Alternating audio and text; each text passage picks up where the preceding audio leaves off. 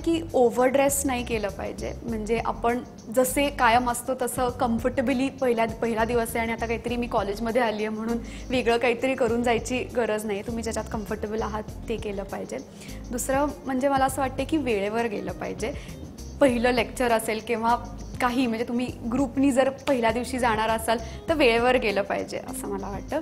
तिसरी गोष्ट म्हणजे अत्यंत पॉझिटिव्ह असलं पाहिजे. कॉलेज लाईफ ही खूपच छान गोष्ट आहे आणि ती जी काही 5 वर्ष असतात ती मॅजिकल असतात. त्यामुळे खूप पॉझिटिव्हली अप्रोच झालं पाहिजे. चौथं मला असं वाटतं आहे की नवीन मित्रमैत्रिणी करायला ओपन असलं पाहिजे. म्हणजे आपले शाळेतले मित्रमैत्रिणींचाच ग्रुप तो तर असतातच, पण नवीन मित्रमैत्रिणी होऊ शकतात ही पॉसिबिलिटी ओपन ठेवली पाहिजे.